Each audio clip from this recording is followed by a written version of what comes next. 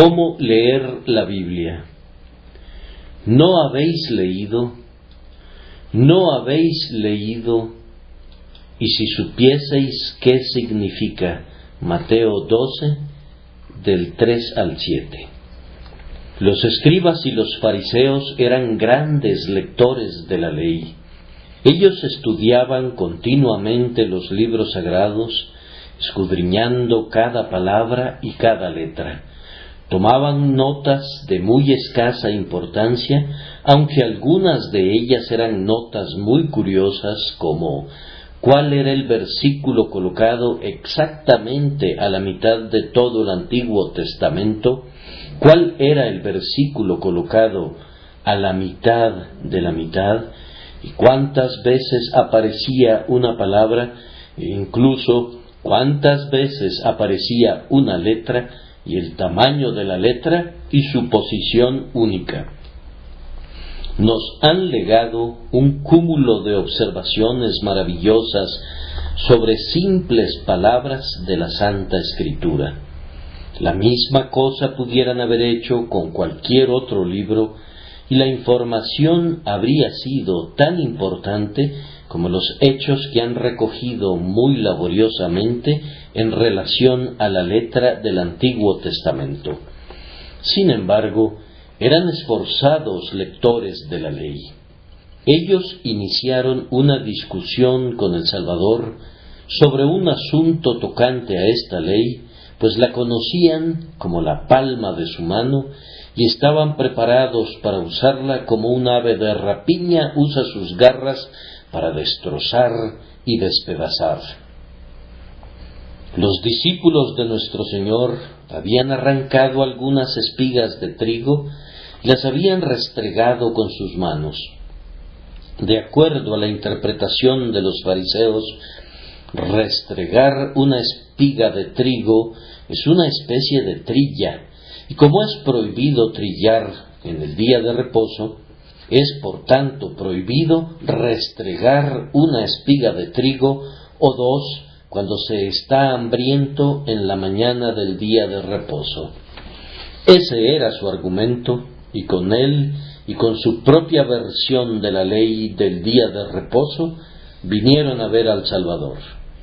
El Salvador generalmente llevaba la guerra al campo enemigo e hizo lo mismo en esta ocasión.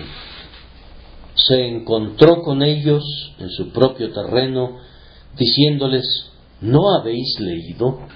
Una pregunta cortante para los escribas y fariseos, aunque aparentemente inocente.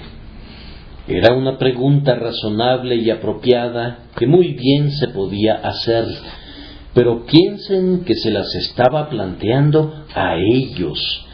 ¿No habéis leído?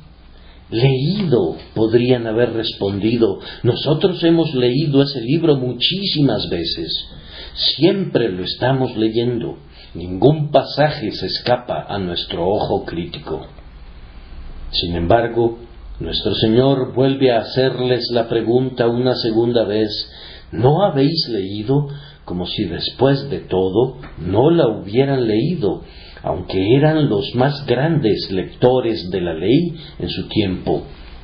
Él insinúa que ellos no han leído del todo, y luego Él les da incidentalmente la razón del por qué les había preguntado si la habían leído. Él dice: si supieseis qué significa, que era tanto como decir: ustedes no han leído porque no han entendido. Sus ojos han visto las palabras, y han contado las letras, y han identificado la posición de cada versículo y de cada palabra, y han dicho sabias cosas acerca de cada uno de los libros, y, sin embargo, ustedes ni siquiera son lectores del volumen sagrado, pues no han adquirido el verdadero arte de la lectura. Ustedes no entienden, y por lo tanto, ustedes no leen verdaderamente. Ustedes simplemente pasan las páginas de la palabra y las contemplan. No la han leído, pues no la entienden. Ese es el tema de este sermón, o por lo menos su primer punto. Para una verdadera lectura de las Escrituras, debemos entenderlas. Creo que no necesito iniciar estos comentarios diciendo que debemos leer las Escrituras. Ustedes saben cuán necesario es que nos alimentemos con la verdad de la Santa Escritura. ¿Acaso necesito preguntarles si leen la Biblia? Me temo que esta es una época en la cual se leen revistas, periódicos, pero no se lee la Biblia como se debería leer. En los tiempos de los puritanos, los hombres contaban con un escaso suministro de otro tipo de literatura, pero ellos encontraron una biblioteca completa en ese único libro, la Biblia. ¿Y cómo leían la Biblia? ¿Cuán poco de la Escritura hay en los sermones modernos comparados con los sermones de esos maestros de la teología, los puritanos? Casi cada frase que ellos dicen parece arrojar luces desde diferentes ángulos sobre el texto de la Escritura. No sólo sobre el texto acerca del cual estaban predicando, sino muchos otros versículos son contemplados bajo una nueva luz en el desarrollo del sermón. Ellos introducen luces entremezcladas procedentes de otros versículos que son paralelos o casi paralelos al texto predicado, y de esta manera educan a sus lectores para comparar lo espiritual con lo espiritual. Yo le pido a Dios que nosotros, los ministros, nos acerquemos más al grandioso libro antiguo. Seríamos predicadores capaces de instruir, si así lo hiciéramos, sin importar si somos ignorantes del pensamiento moderno o no estamos al tanto de los tiempos. Les garantizo que estaríamos muchas leguas de distancia por delante de nuestro tiempo si nos mantuviéramos muy cerca de la palabra de Dios. Y en cuanto a ustedes, hermanos y hermanas míos, que no tienen que predicar, el mejor alimento para ustedes es la propia palabra de Dios. Los sermones y los libros están muy bien, pero los ríos que recorren una gran distancia sobre la tierra gradualmente recogen algo de basura del suelo sobre el que fluyen y pierden la frescura que los acompañaba al salir del manantial. La verdad es más dulce cuando acaba de salir de la roca abierta, pues ese primer chorro no ha perdido nada de su vitalidad ni de su carácter celestial. Siempre es mejor beber agua del pozo que del tanque de almacenamiento. Ustedes se darán cuenta que leer la palabra de Dios por ustedes mismos, leer esa palabra más que comentarios y notas acerca de ella, es la manera más segura de crecer en la gracia. Beban la leche sin adulteración de la palabra de Dios y no la leche descremada o la leche mezclada con agua proveniente de la palabra del hombre. Ahora, queridos hermanos, nuestro punto es que mucha lectura aparente de la Biblia no es verdaderamente lectura de la Biblia. Los versículos desfilan ante el ojo y las frases se deslizan por la mente, pero no hay una verdadera lectura. Un viejo predicador solía decir que la palabra tiene un poderoso cauce sin interrupciones en muchas personas hoy en día, pues entra por un oído y de inmediato sale por el otro. Lo mismo parece suceder con algunos lectores. Pueden leer muchísimo, pero es porque no leen nada. El ojo mira, pero la mente no descansa nunca. El alma no se posa sobre la verdad ni se queda allí. Revolotea sobre el paisaje como podría hacerlo un pájaro, pero no construye ningún nido allí, ni encuentra descanso para la planta de su pie. Ese tipo de lectura no es lectura. Entender el significado es la esencia de la verdadera lectura. La lectura contiene su carne jugosa y la piel es de poco valor. En la oración hay algo que podríamos describir como orar en oración, una forma de orar que constituye las entrañas de la oración. De la misma manera, en la alabanza hay un alabar en el canto, un fuego interno de intensa devoción que constituye la vida del aleluya. También con el ayuno, hay un ayuno que no es ayuno, y hay un ayuno interior, un ayuno del alma que es el alma del ayuno. Lo mismo sucede con la lectura de las Escrituras. Hay una lectura interior, la esencia de la lectura, una lectura verdadera y viva de la palabra. Es el alma de la lectura, y si no está presente allí, la lectura se convierte en un ejercicio mecánico que no beneficia en nada. Ahora, queridos hermanos, a menos que entendamos lo que leemos, no hemos leído nada. El corazón de la lectura está ausente. Comúnmente condenamos a los católicos romanos porque conservan la misa en latín. Sin embargo, da lo mismo que sea en latín o en cualquier otro idioma si la gente no puede entender. Algunos se consuelan a sí mismos con la idea de que han llevado a cabo una buena acción cuando han leído un capítulo, pero cuyo significado no han entendido del todo. Pero, ¿acaso la propia naturaleza no rechaza esto como mera superstición? Si hubieras colocado el libro al revés y hubieras dedicado el mismo tiempo a leer las letras en esa posición, te habrías beneficiado tanto como si lo leyeras en la posición normal sin entenderlo. Si tuvieran el Nuevo Testamento en griego, para muchos de ustedes sería imposible de entender, pero se beneficiarían de igual manera leyendo eso como si leyeran el Nuevo Testamento en español, a menos que lo leyeran con un corazón capaz de entenderlo. No es la letra la que salva al alma. La letra mata en muchos sentidos y nunca puede dar la vida. Si insistes en quedarte solo con la letra, puedes ser tentado a usarla como un arma en contra de la verdad, como lo hicieron los fariseos antiguamente, y tu conocimiento de la letra puede engendrar orgullo en ti para tu propia destrucción. Es por medio del espíritu, o sea, el significado interno real que es absorbido por el alma, que somos bendecidos y santificados. Nos saturamos de la palabra de Dios como el vellón de Gedeón, que estaba remojado del rocío del cielo.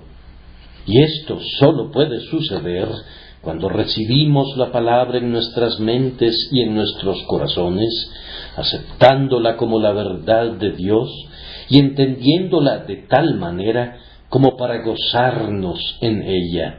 Entonces debemos entenderla, o de lo contrario no la hemos leído correctamente. De verdad, el beneficio de la lectura debe llegar al alma por el camino del entendimiento. Cuando el sumo sacerdote entraba al lugar santo, siempre encendía el candelero de oro antes de quemar el incienso sobre el altar. Diríamos que como para mostrar que la mente debe tener iluminación antes que los afectos puedan elevarse de manera apropiada hacia su objeto divino. Debe haber conocimiento de Dios antes de que pueda haber amor a Dios. Debe haber un conocimiento de las cosas divinas como son reveladas antes de que pueda existir el gozo de ellas. Debemos procurar entender en la medida que nuestra mente finita pueda captarlo, lo que Dios quiere decir con esto y con aquello. De lo contrario, podemos pesar el libro y no sentir ningún amor por sus contenidos. Podemos reverenciar la letra y sin embargo no sentir ninguna devoción por el Señor que nos habla por medio de estas palabras. Amados hermanos, nunca van a obtener consuelo para sus almas de una fuente que no entienden, ni van a encontrar ninguna guía para sus vidas de algo que no comprenden, ni ninguna aplicación práctica para su carácter podrá venir de lo que no es entendido por ustedes. Entonces, si debemos entender de tal manera lo que leemos, ya que de lo contrario habremos leído en vano, así se muestra que cuando nos acercamos al estudio de la Santa Escritura, debemos tratar que nuestra mente esté muy despierta para esa lectura. No siempre estamos en condiciones, me parece a mí, de leer la Biblia. A veces haríamos bien en detenernos antes de abrir el volumen. Quita tu calzado de tus pies, porque el lugar en que tú estás, tierra santa es.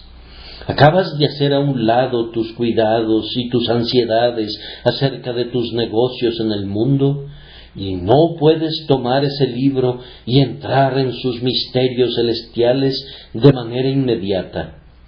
De la misma manera que pides una bendición para tus alimentos antes de comer, también sería una buena regla que pidieras una bendición para la palabra antes de que participes de su alimento celestial. Pide al Señor que fortalezca tus ojos antes de que te atrevas a mirar la luz eterna de la Escritura.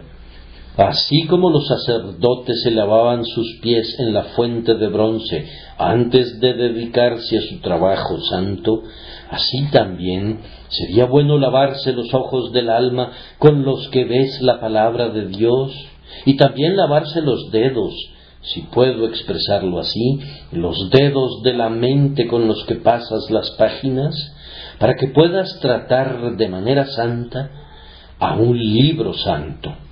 Di a tu alma, alma mía, despierta, no estás a punto de leer un periódico, no estás pasando las páginas escritas por un poeta humano para que seas deleitado por su brillante poesía. Te estás acercando a Dios, que se sienta en la palabra al igual que un coronado monarca lo hace en sus salones. Despierta, gloria mía, que despierte todo lo que está dentro de mí. Aunque ahora mismo no esté alabando y glorificando a Dios, estoy a punto de considerar eso que me llevará a hacerlo, y por lo tanto es un acto de devoción. Por tanto, debes estar alerta, alma mía, debes estar alerta, y no estés cabeceándote de sueño ante el majestuoso trono de Dios. La lectura de la Escritura es para nosotros la hora de la comida espiritual. Toquen el timbre y convoquen a cada una de sus facultades para que se reúnan en la propia mesa del Señor, para tener un banquete con el precioso alimento que está disponible para nosotros ahora. O, más bien, toquen la campana de la iglesia, llamando a la adoración, pues el estudio de la Santa Escritura debe ser algo tan solemne como cuando entonamos un salmo en el día del Señor, en los atrios de la casa del Señor. Siendo así las cosas, ustedes comprenderán de inmediato, queridos amigos, que si van a entender lo que leen, necesitan meditar acerca de esa lectura. Algunos pasajes de la Escritura son muy claros para nosotros. Benditas aguas poco profundas por las que las ovejas pueden atravesar. Pero hay profundidades en las que nuestra mente podría más bien ahogarse antes que nadar con placer si se acercara a esas aguas sin la debida precaución. Hay textos en la Escritura que están hechos y construidos a propósito para hacernos pensar. Nuestro Padre Celestial utiliza estos medios, entre otros, para educarnos para el cielo, haciéndonos analizar el camino hacia los misterios celestiales. Por eso, Él nos presenta su palabra de forma un poco complicada, para forzarnos a meditar en ella antes de que descubramos su dulzura. Ustedes saben que Él habría podido explicarnos un concepto de tal manera que lo pudiéramos entender en un minuto, pero no quiere hacerlo así en cada caso. Muchos de los velos que cubren la Escritura no están diseñados para encubrir su significado para los dirigentes, sino para forzar la mente para que sea activa, pues a menudo la diligencia de corazón que busca entender la mente divina hace más bien al corazón que el conocimiento mismo. La meditación y la reflexión nos ejercitan y fortalecen nuestra alma para poder recibir verdades más elevadas aún. He escuchado la historia de las madres en las Islas Baleares que en tiempos antiguos, queriendo que sus hijos llegaran a ser buenos honderos, colocaban su comida en alto donde no la pudieran alcanzar, por lo que tenían que utilizar su honda y lanzar una piedra para bajar el alimento. Nuestro Señor desea que seamos buenos honderos y coloca alguna preciosa verdad en alto donde no la podemos alcanzar excepto utilizando nuestra honda, y finalmente damos en el blanco y encontramos alimento para nuestras almas. Entonces tenemos el doble beneficio de aprender el arte de la meditación y de participar de la dulce verdad que ha sido puesta a nuestro alcance por medio de ella. Hermanos míos, debemos meditar. Estas uvas no van a producir vino a menos que caminemos sobre ellas. Estas aceitunas deben ser trituradas por la prensa y aplastadas una y otra vez para que puedan darnos su aceite.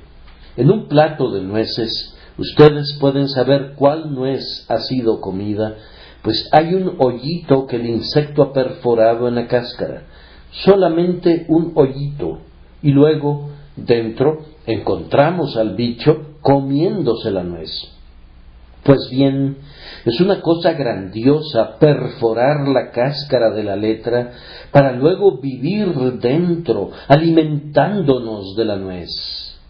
Quisiera ser un gusanito así, que pudiera vivir dentro, alimentándome de la palabra de Dios, habiendo perforado el hoyito en la cáscara y habiendo alcanzado el misterio más profundo del bendito Evangelio.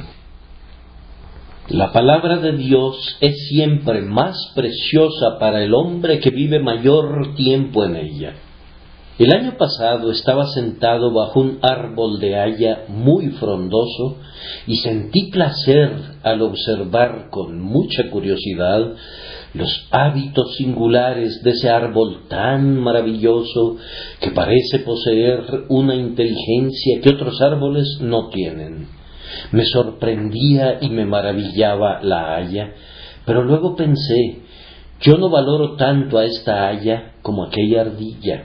La veo brincar de rama en rama y estoy seguro de que la ardilla valora grandemente a esa vieja haya porque tiene su hogar en un hoyo en algún lugar del árbol y estas ramas son su abrigo y la fruta que produce el árbol es su alimento. La ardilla vive en el árbol, es su mundo, es el lugar donde juega, es su granero, es su hogar. Ciertamente, el árbol es todo para la ardilla, en cambio para mí no lo es, pues yo tengo mi descanso y mi alimento en otro lado. Deberíamos ser como ardillas en relación a la palabra de Dios, vivir en ella y vivir en ella. Ejercitemos nuestras mentes saltando en ella de rama en rama, encontrando nuestro alimento y nuestro descanso en ella y haciendo de ella nuestro todo en todo. Nosotros seremos los que más nos beneficiaremos de ella si la convertimos en nuestro alimento, nuestra medicina, nuestro tesoro, nuestra armadura, nuestro descanso, nuestra delicia. Que el Espíritu Santo nos lleve a hacer esto y que haga que la palabra sea muy preciosa para nuestras almas. Amados hermanos, a continuación quiero recordarles que para este propósito debemos ser forzados a orar. Es algo grandioso ser llevados a pensar, pero es más grandioso aún ser guiados a orar después de haber sido llevados a pensar. ¿Acaso no me estoy dirigiendo a algunos de ustedes que no leen la palabra de Dios y acaso no estoy hablando a muchos más que la leen, pero no la leen con la fuerte voluntad de entenderla? Yo sé que así es. ¿Quieren empezar a ser verdaderos lectores? ¿Se van a esforzar de ahora en adelante por entenderla? Entonces deben caer de rodillas. Deben implorar la dirección de Dios. ¿Quién es el que mejor entiende un libro? Su autor. Si quisiera estar seguro del verdadero significado de una frase más bien enredada y su autor viviera cerca de mí y pudiera visitarlo, tocaría a su puerta y le preguntaría: ¿sería tan amable de explicarme el significado de esa frase? No tengo ninguna duda de que su frase es muy clara, pero yo soy tan ignorante que me resulta difícil interpretarla. No tengo ni el conocimiento ni el dominio del tema que usted posee, y por lo tanto sus alusiones y descripciones están fuera del alcance de mi conocimiento. Para usted no es difícil, y es más bien un lugar común, pero es muy difícil para mí.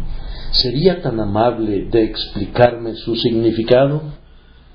Un hombre de bien sería feliz de ser tratado así y no tendría problemas en descubrir al lector honesto lo que quiso decir. Así tendría la certeza de haber entendido el significado correcto, pues habría ido al origen, es decir, habría consultado al propio autor. Entonces, amados hermanos, el Espíritu Santo está con nosotros, y cuando tomamos su libro y necesitamos saber lo que quiere decir, debemos pedirle al Espíritu Santo que nos revele su significado. Él no hará un milagro, pero elevará nuestras mentes y nos sugerirá pensamientos que nos van a guiar hacia adelante por medio de una mutua relación natural, hasta que al fin llegaremos a la esencia y al corazón de la instrucción divina.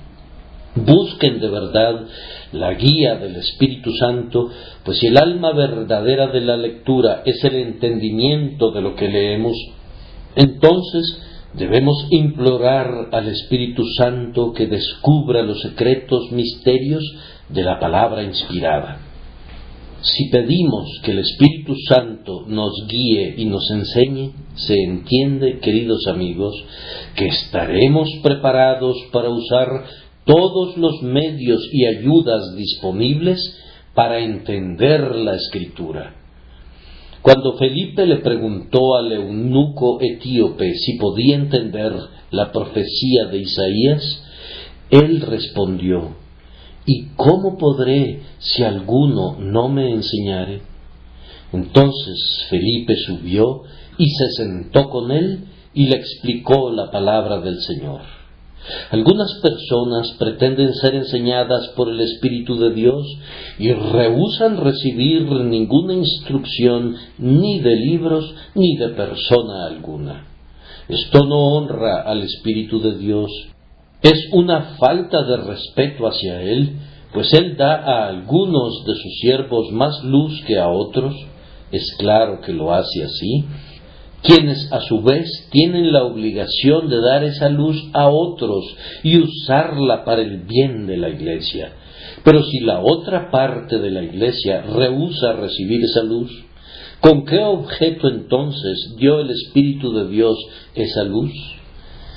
Esto implicaría que hay un error en algún punto en la economía de los dones y las gracias administrada por el Espíritu Santo. Eso no puede ser. El Señor Jesucristo quiere dar más conocimiento de su palabra y más profundidad de visión a unos de sus siervos más que a otros, y a nosotros nos corresponde aceptar gozosamente el conocimiento que Él da de la manera que Él elija darlo. Sería muy perverso de parte nuestra decir: no aceptaremos el tesoro celestial que está contenido en vasos de barro. Si Dios quiere darnos el tesoro celestial directamente de su mano, pero no por medio de vasos de barro, lo aceptaremos. Pero pensamos que somos demasiado sabios, nuestra mente es sumamente celestial, somos demasiado celestiales para que nos interesen esas joyas que están colocadas en vasijas de barro. No escucharemos a nadie y no leeremos nada excepto el propio libro, ni tampoco aceptaremos ninguna luz excepto la que se desliza por las hendiduras de nuestro propio techo. No queremos ver si tenemos que utilizar la vela de alguna persona, preferimos permanecer en la oscuridad. Hermanos, no caigamos en esa insensatez. Si la luz viene de Dios, aunque la traiga un niño, la aceptaremos con gozo. Si cualquiera de sus siervos, ya sea Pablo o Apolo o Cefas, ha recibido luz que viene de él, he aquí, todo es vuestro, y vosotros de Cristo, y Cristo de Dios. Por tanto, aceptemos la luz que Dios ha encendido, y pidamos la gracia para hacer brillar esa luz sobre la palabra, de tal forma que cuando la leamos, podamos entenderla. No deseo decir nada más sobre esto, pero me gustaría recalcar esto para algunos de ustedes. Ustedes tienen la Biblia en su casa, yo sé. ¿No les gustaría estar sin la Biblia? Pues podría pensarse que son paganos si no tuvieran la Biblia. Tienen la Biblia muy bien encuadernada y son volúmenes que se ven preciosos. No se ven muy usadas, no han sido leídas y no es muy probable que sean leídas, pues solo se sacan el día domingo para que les dé el aire y permanecen en el guardarropa junto con el pañuelo del traje todo el resto de la semana. Ustedes no leen la palabra, no la escudriñan, ¿y cómo esperan recibir la bendición divina?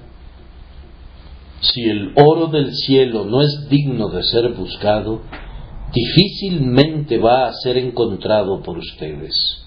Muy a menudo les he repetido que el acto de escudriñar las Escrituras no es el camino de la salvación. El Señor ha dicho: cree en el Señor Jesucristo y serás salvo. Pero aún así, la lectura de la palabra, lo mismo que el oírla, a menudo lleva a la fe, y la fe trae salvación, ya que la fe viene por el oír, y la lectura es una forma de escuchar. Mientras están investigando para saber qué es el Evangelio, puede agradar a Dios dar la bendición a sus almas. Pero qué pobremente leen la Biblia algunos de ustedes. No quiero decir algo que sea muy severo, si no es estrictamente la verdad. Que hablen sus propias conciencias. Pero quiero hacer una pregunta muy osada. ¿Acaso no leen la Biblia? Muchos de ustedes, de una manera muy apresurada, leen solo un poquito y luego la hacen a un lado. ¿Acaso no olvidan pronto lo que han leído y pierden el poco efecto que pudo haber tenido la lectura? ¿Cuán pocos de ustedes están decididos a llegar hasta el alma de ella, hasta su vida, su esencia y beber de su significado? Pues bien, si no hacen eso, les digo de nuevo que la lectura de ustedes es una lectura miserable, muerta, que no produce beneficio alguno. Ni siquiera la podemos llamar lectura, pues ese nombre no podría aplicarse. Que el Espíritu bendito les dé el arrepentimiento en lo tocante a este tema. Ahora, en segundo lugar, y de manera muy breve, observemos que en la lectura debemos buscar la enseñanza espiritual de la palabra. Creo que eso está contenido en mi texto, porque nuestro Señor dice: ¿no habéis leído? Y luego, nuevamente, ¿no habéis leído? Y luego dice: y si supieseis qué significa. Y el significado es algo muy espiritual. El texto que citaba es: misericordia quiero y no sacrificio. Un texto tomado del profeta Oseas. Ahora, los escribas y los fariseos enfatizaban la letra, el sacrificio, degollar el ganado y rituales parecidos. Ellos pasaban por alto el significado espiritual del pasaje: misericordia quiero y no sacrificio, es decir, que Dios prefiere que nos preocupemos por nuestros semejantes más que por el cumplimiento de cualquier ceremonial de su ley, y que al dar prioridad a su observación, hagamos pasar hambre o sed o causemos la muerte a cualquiera de las criaturas que sus manos han hecho. Deberían haber ido más allá de lo exterior hacia lo espiritual, y todas nuestras lecturas deben hacer lo mismo. Observen que este es el caso cuando leemos los pasajes históricos. ¿No habéis leído lo que hizo David cuando él y los que con él estaban tuvieron hambre?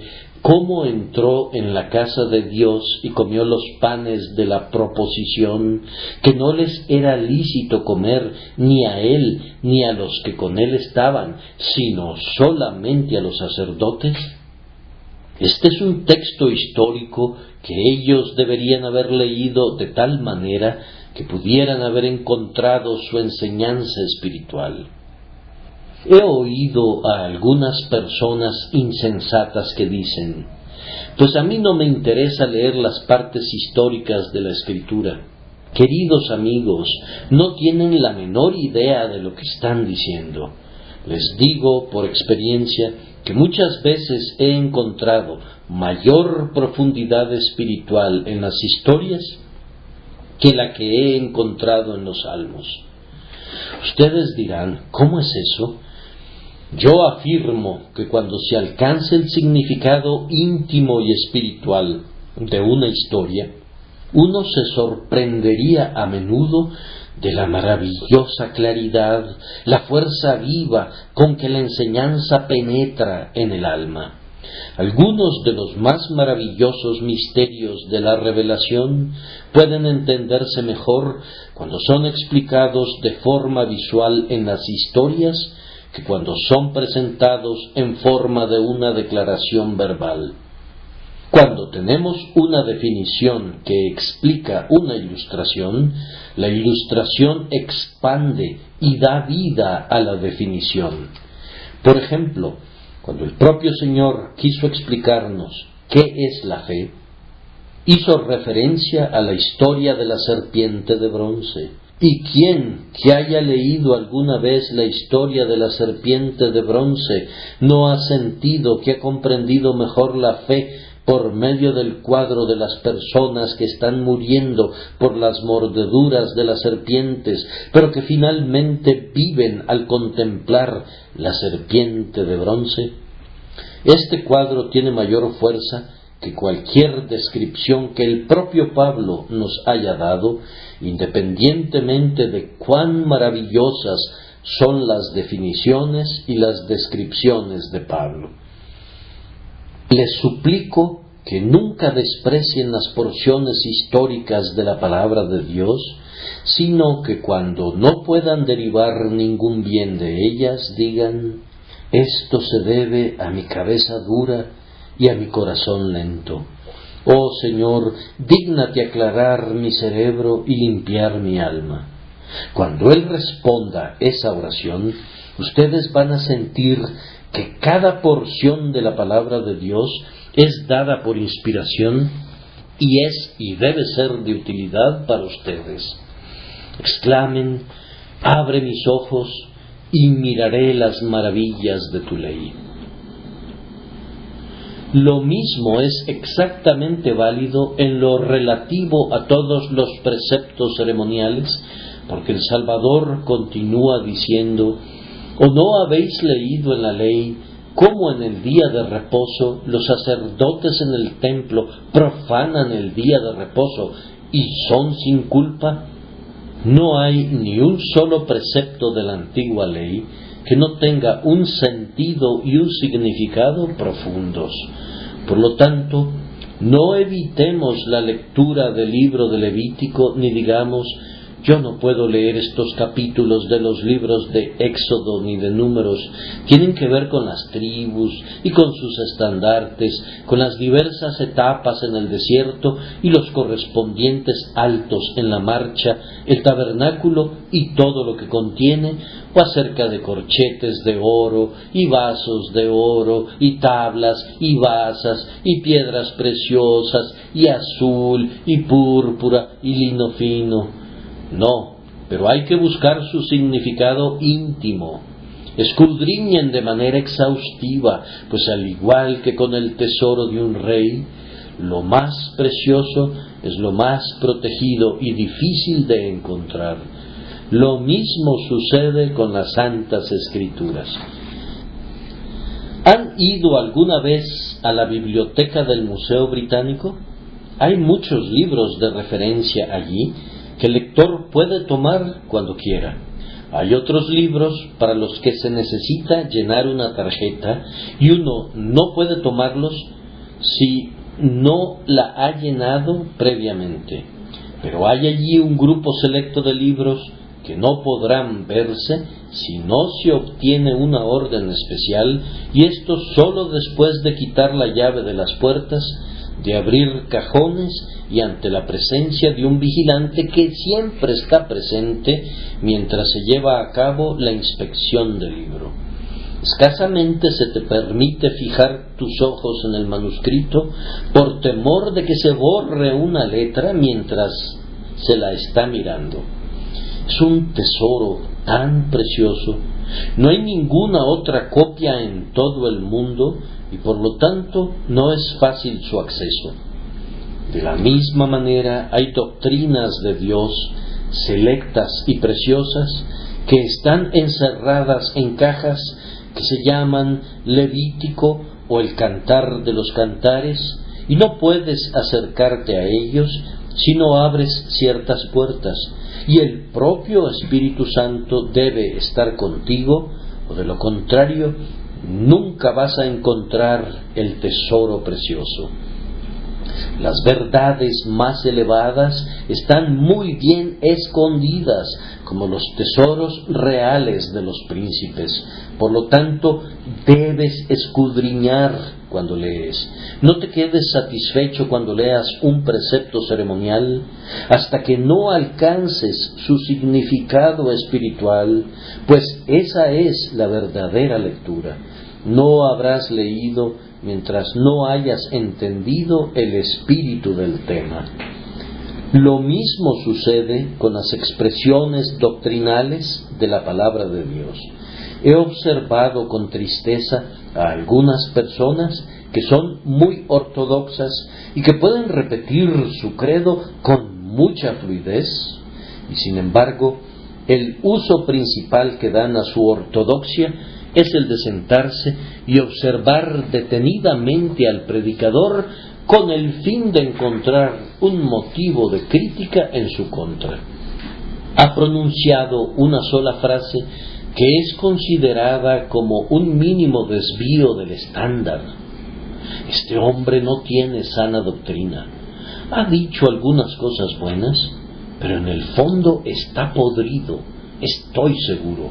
Usó una expresión que no era categóricamente pura. Para estos queridos hermanos a los que me refiero, la predicación tiene que tener algo más que el ciclo del santuario. Algo menor ya no es suficiente. Su conocimiento es utilizado como un microscopio para hacer grandes las pequeñas diferencias. No dudo en afirmar que me he encontrado con personas que pueden dividir un cabello y descubrir la línea que divide su parte oeste de la parte noroeste en asuntos de teología, pero que no saben nada del verdadero significado de las cosas de Dios. Nunca las han bebido de tal manera que lleguen a sus almas, sino que sólo las han sorbido en sus bocas para luego escupirlas sobre otros. La doctrina de la elección es una cosa, pero saber que Dios te ha predestinado a ti y tener su fruto en buenas obras a las cuales has sido ordenado es algo muy diferente. Hablar del amor de Cristo, hablar del cielo que ha sido destinado para su pueblo y cosas semejantes, todo eso está muy bien, pero esto puede hacerse sin tener un conocimiento personal de esas cosas. Por tanto, queridos hermanos, nunca debemos estar satisfechos si sólo poseemos una doctrina sana, sino que debemos anhelar tenerla grabada en las tablas de nuestro corazón. Las doctrinas de la gracia son buenas, pero es mejor aún la gracia de las doctrinas. Busquen obtenerla y no estén contentos con la idea de que han sido instruidos hasta tanto no hayan entendido la doctrina de tal manera que hayan sentido su poder espiritual. Esto nos hace comprender que, para lograr esto, necesitamos sentir que Jesús está presente con nosotros siempre que leamos la palabra de Dios. Fíjense en ese versículo 5 que ahora quiero presentar a ustedes como parte de mi texto y que hasta ahora no había mencionado. ¿O no habéis leído en la ley cómo en el día de reposo los sacerdotes en el templo profanan el día de reposo y son sin culpa? Pues os digo que uno mayor que el templo está aquí. Ay, ellos tenían un alto concepto acerca de la letra de la palabra, pero desconocían que Él estaba allí, el Señor del día de reposo, el Señor del hombre y el Señor de todo. O cuando hayan aprendido una doctrina o una ordenanza o cualquier cosa que sea externa en la palabra, pidan al Señor que los haga sentir que hay algo más grande que el libro impreso y algo mejor que la simple cáscara de esa doctrina.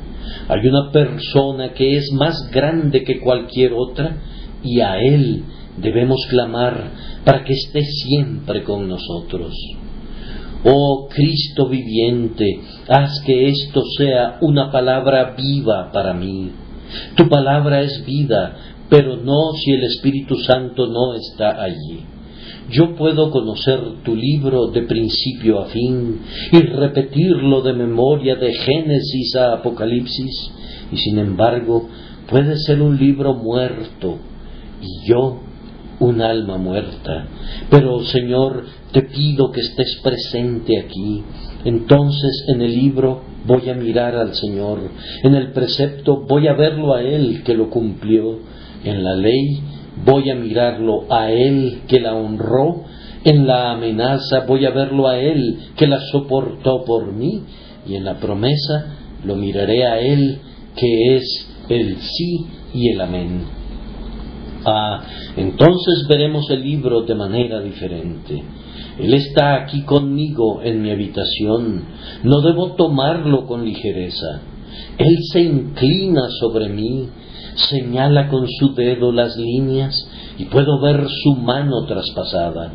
Voy a leer el libro como si estuviera en su presencia. Voy a leerlo sabiendo que Él es su sustancia, que Él es la prueba de este libro y también su escritor. Él es la suma de esta escritura y también su autor. Esa es la forma en que los verdaderos estudiantes se vuelven sabios. Podrán encontrar el alma de la escritura cuando puedan conservar a Cristo con ustedes mientras están leyendo. ¿Acaso no han oído nunca un sermón que les ha hecho sentir que si Jesús hubiera descendido a ese púlpito mientras el predicador estaba hablando, le habría dicho: deja el púlpito, no tienes nada que hacer aquí. Yo te envié para que predicaras acerca de mí, y tú estás hablando acerca de una docena de cosas diferentes. Vete a casa y aprende de mí, y después ven a predicar. Un sermón que no lleve a Cristo, o del que Jesucristo no sea el principio y el fin, es un tipo de sermón que hará reír a los diablos en el infierno y llorar a los ángeles del cielo si fueran capaces de tales emociones. ¿Ustedes recuerdan la historia de ese hombre de Gales que escuchó predicar a un joven un sermón muy bueno, un sermón grandioso, pomposo, muy elevado? Y cuando hubo terminado de predicar, le preguntó al hombre de Gales qué le había parecido. El hombre le respondió que no le había parecido nada bueno. ¿Y por qué no? Porque Jesucristo no estaba allí. Bien, dijo el predicador, pero mi texto no parecía estar orientado a eso.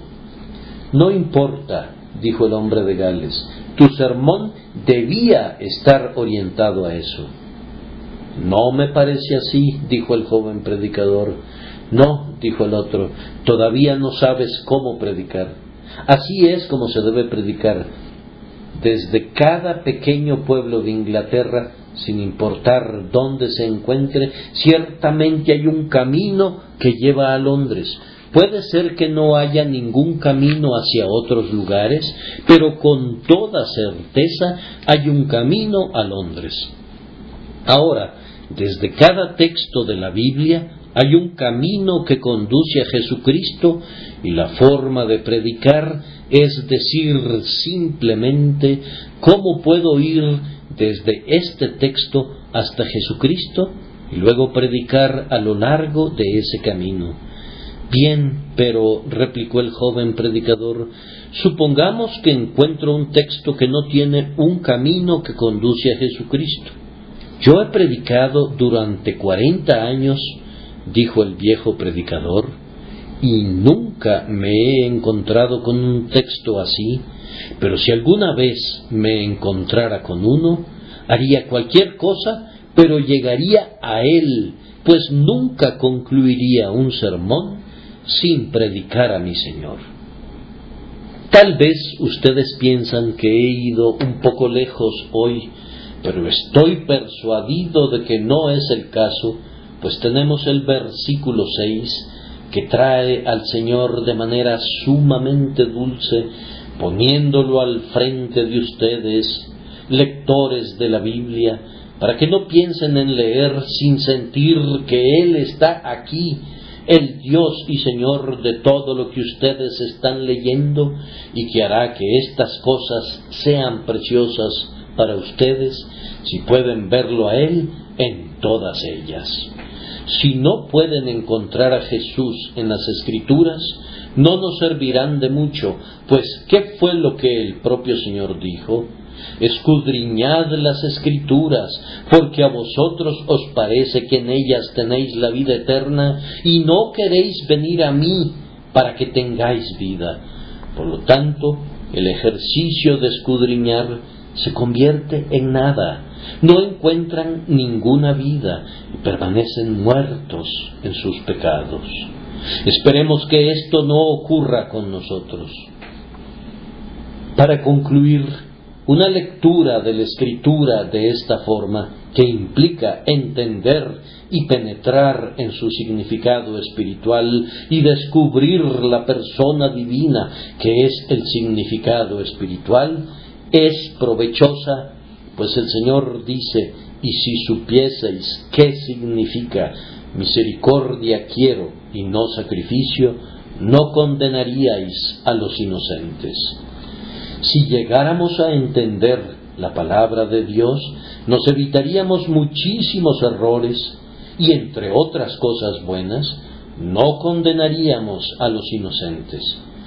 No dispongo de mucho tiempo para hablar de estos beneficios, pero solo diré, resumiendo, que la lectura diligente de la palabra de Dios, hecha con la firme intención de entender su significado, a menudo engendra la vida espiritual. Somos engendrados por la palabra de Dios. Es el instrumento de la regeneración. Por tanto, amen su Biblia. Manténganse cerca de su Biblia. Ustedes, pecadores que buscan, ustedes que están buscando al Señor, lo primero que deben hacer es creer en el Señor Jesucristo. Pero mientras aún están en tinieblas y en oscuridad, amen su Biblia y escudriñenla. Llévenla a la cama con ustedes. Cuando se despierten en la mañana, si aún es demasiado temprano para bajar y hacer ruidos que despierten a los demás, quédense arriba leyendo durante media hora. Digan: Señor, guíame a ese texto que será de bendición para mí. Ayúdame a comprender cómo puedo ser yo, un pobre pecador, reconciliado contigo. Recuerdo cómo, cuando yo estaba buscando al Señor, recurrí a mi Biblia y al libro de Baxter, llamado a los incrédulos, y al libro de Alain, Alarma, y al libro de Doddridge, Origen y Progreso, pues me decía a mí mismo: tengo miedo de perderme, pero quiero saber por qué. Temo que nunca voy a encontrar a Cristo, pero no será porque no lo haya buscado.